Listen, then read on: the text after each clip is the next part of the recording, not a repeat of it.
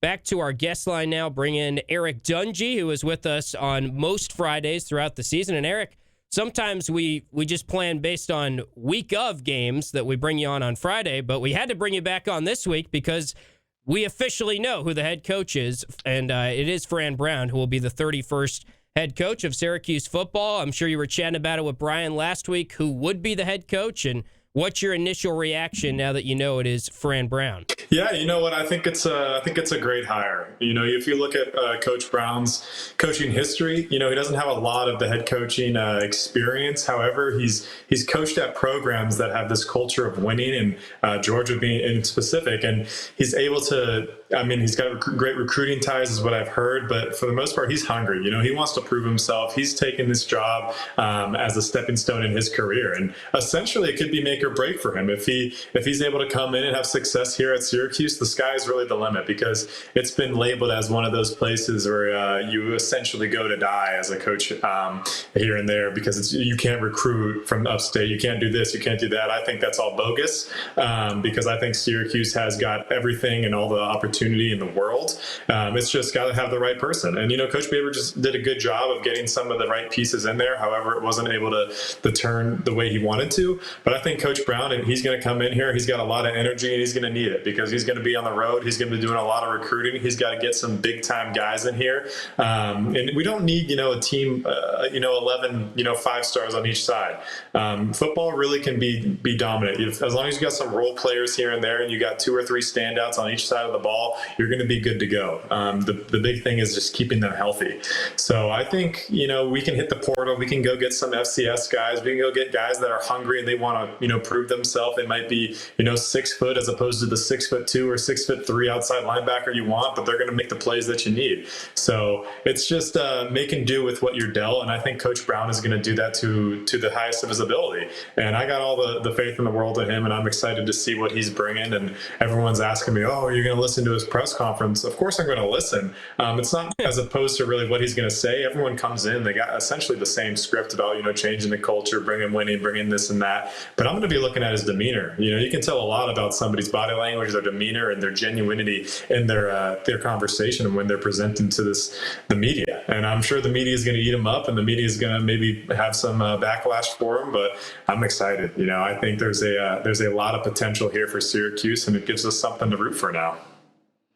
Yeah, you talk about his press conference. I'm fascinated, too, because we don't know much about him right now, and there's not a ton of interviews or videos out there of Fran Brown, given the situation coming up from the defensive back coach. But you talked about how he's young, he's hungry, and I think that is the part that is maybe not being talked about enough. Everyone is mentioning recruiting, and that seems to be the headline. Like, even Syracuse.com leads it with #1 recruiter, or Cuse.com, I guess I should say, #1 recruiter joins the Syracuse football head coaching position and is the next head coach. But you need to be confident in this job, and it's the type of job where there are some excuses that you can make, but it does not strike me, based on the limited videos and podcasts and stuff like that with Fran Brown, that he is an excuse maker. And I think that's very important, the next head coach. Yeah, and I mean, #1 recruiter, Tim, you could go to Georgia and you could be the #1 recruiter. Yeah, right. Georgia itself is easy to recruit to. So I'm looking forward to seeing how he does with Syracuse. And it's a whole new sell. I've been in sales now ever since I graduated, and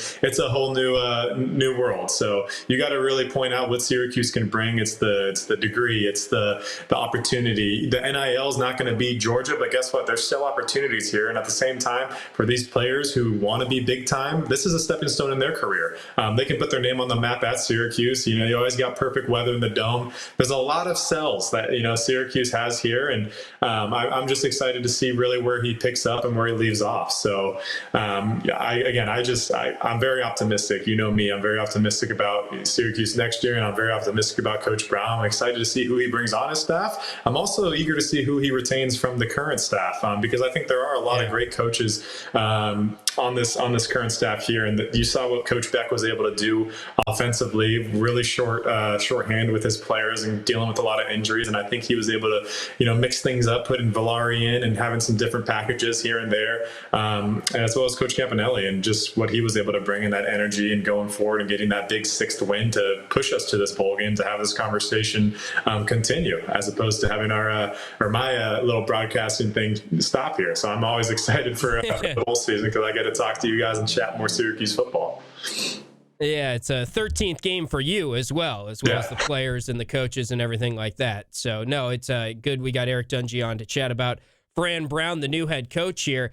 I think it's really important now, like you're saying, who does he hire to complete his staff? And that's another thing that maybe is underrated, if anything, just how important it is to get the right pieces in there. You had a great offensive coordinator in your career in Sean Lewis, who, shout out to him, he's now the head coach at San Diego State. But isn't that true, that it's just really important to make sure you get the right OC, get the right DC, and the entirety of the staff is important as well? Yeah, as a head coach, I think a lot of the responsibility falls on you, but you're responsible for essentially being the CEO. You want to just make sure that you're picking, like you were saying, the right pieces to really fill out everything. And it starts with the defensive coordinator and the offensive coordinator. Then it trickles down to the quarterback coaches, running back coaches, and everything in between. And you have to make sure that everyone is able to build chemistry, not only from players, but from coaches as well. You got to have a good mix there and understand your roles and responsibilities. And, I don't think Syracuse is going to be, a pro style offense. I'd be surprised if he brought someone in to do that. I don't know if we have the pieces for that currently. I'm sure if in the future, if he wants to build to that, he could. So I'm eager to see what he's able to do and who he brings on and what offense that they're going to be running. You know me, I love the spread. I think the spread's one of the best things you can do, the RPO system. And if you have a quarterback who's able to operate and understand, exactly what he needs to do and the reads that he needs to do against every single look, that you can operate at a high efficiency. But I'm curious because this is a whole new world, and he came from a defensive back coach, so maybe he's going to be more defensive minded, and he's going to bring in somebody he hasn't really worked with before. But a lot of the times coaches, they know each other. They've crossed paths, and regardless of where you've been, you're journeymen. And at some point, somebody who knows somebody, and it's a very small world in the coaching web. And I'm sure his phone's blowing up for guys that are eager for an opportunity to go alongside him. Yeah, it's going to be really fascinating who the offensive coordinator is. You said earlier something to the effect of, well, it's always great weather in the Dome. And I think that was Dino's selling point when he was first hired, is why not go up-tempo? For years before Dino Babers, it felt like Syracuse was not that modern type of offense. And I'm kind of the thinking that why not sort of keep it in the spread type of offense like you're saying as well. Keep a modern style if you have a Dome stadium. Yeah, and I think with college football, you're able to do it. At the NFL, you only got 53 guys. You're not able to really have the stamina for these guys. You don't want to run them into the ground. It's a 16, 17 game season. But for college, you got 12 games and you got the big rosters. You're able to bring in guys from the sidelines, suit up a lot more people. So I think you got to take advantage of it at this point. And also as a selling point to receivers, hey, you got to come here. You're going to be catching, 5 to 10 balls a game. You have all this opportunity to make big plays. And, you don't got to be cold if you're from Florida, because guess what? We got an indoor practice field and we got the Dome. So that was one of the things that sold me. I remember going there and it was like a foot of snow on the ground. I was cold. I came from Oregon. I'd seen snow every 3 or 4 years. And, they had just built the Inslee Center and or the indoor practice field. And I was like, all right, this is easy. I mean, this is beautiful. This is one of the best places I've seen, on my trips. And it was an easy sell from that point. And then it was just kind of going around, seeing the university, seeing the opportunity that I would have after, I was done playing. Because eventually, ball's going to come to an end, whether it be an injury or whether it just be that, things don't work out in your professional career. But I think Syracuse does a great job of making sure that you're ready to be set forth on a successful path. And a lot of the times these athletes are just so narrow-minded and they got their blinders on all right, I'm just football. But there's a whole nother world after. It's essentially chapter 2, and you got to understand. And the guys who have their head on their shoulders, they do understand that, and they're able to see what Syracuse is able to bring. But sometimes, there's just some guys where you're like, all right, your career is going to be football, and after that, you're going to be done and hanging out on the beach for the rest of your life. Right. Well, it sounds like you're a little bit different than that, Eric, and now getting into the sales world and everything like that. We're chatting with Eric Dungey, who is on with us most Fridays throughout the football season. We had to get him on this week to get his thoughts on the Fran Brown hire. You mentioned earlier about sort of how some people are texting you and saying, are you going to watch the press conference? Have you chatted at all with some of your former teammates, alumni within the program? What do you get the sense, or what's your sense of the overall feedback from the alumni at this stage, given that it is Fran Brown that is the next head coach? Yeah, there's a lot of excitement. Again, a lot of guys, I actually just spoke with Eric Anthony, who was a lifelong friend of mine now, and I was able to, be at Syracuse with him for 3 years, and he was talking about how excited he was. I said, "Hey, what do you know about Fran Brown?" He goes, "I know absolutely nothing, but I'm excited. He came from Georgia. He's doing this and that." And I think, obviously he went into more detail. Eric's a very wise guy, but didn't have a lot of background on him. But I just think that the buzz around him is great because everyone sees the potential with the guy coming in who's eager to prove himself. And he's one of those guys that has a chip on his shoulder. So I seriously think he's going to give everything he has, and as I would hope any coach can. But sometimes if you go for one of these coaches who's at the end of their career, it could just be more about making sure they get some money coming in for that retirement fund. But for a guy who's really trying to make it, he's going to make or break. Do everything they can to make sure that this program is successful, because it's gonna lead to success for themselves as well. Yeah. All right, Eric, before we let you go, there was a football game recently as well. We haven't really talked about the actual last game, and that was the win over Wake Forest to get to bowl eligibility. One thing that sort of stood out to me watching back the press conference afterwards, and Garrett Trader did get a little bit emotional, kind of reflecting on this season and the up and down nature of him dealing with some injuries this year. What sort of stood out to you in the last game and the way that Syracuse was able to piece together an offense? We did see Garrett Trader out there getting kind of a proper send-off on senior day, which was cool to see. Mm-hmm. And I think I had two big takeaways from that. One, from the game, it was just how Coach Beck was able to really realign the offense and get things moving with the pieces. I mean, he had three different quarterbacks on the opening drive with Quinn Allen, Garrett Trader, and Dan Villari. And I think he's utilized Dan Villari to a great extent here.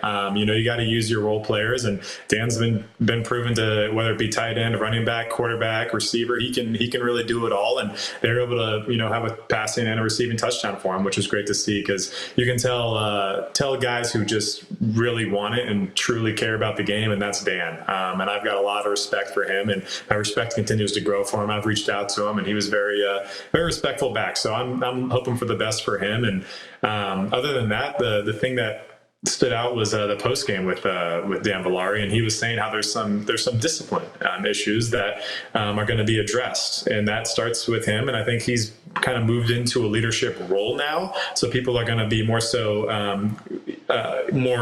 ready to follow him, because a lot of times it's tough when you're a second or third string guy. You want to speak up, but you don't pull a lot of weight. It's a lot of the starters that pull the weight. So now that Dan's really exerted himself as a starter, he can now have more say in things, and I think people will begin to follow him. And it starts with there. You can be a coach and you can tell whatever you want to say, but it really starts from within, and you got to have those true core players. And I think it starts with Dan Villari. So hopefully he'll stay around and continue to build and grow this culture to a winning program like Michigan, where he came from.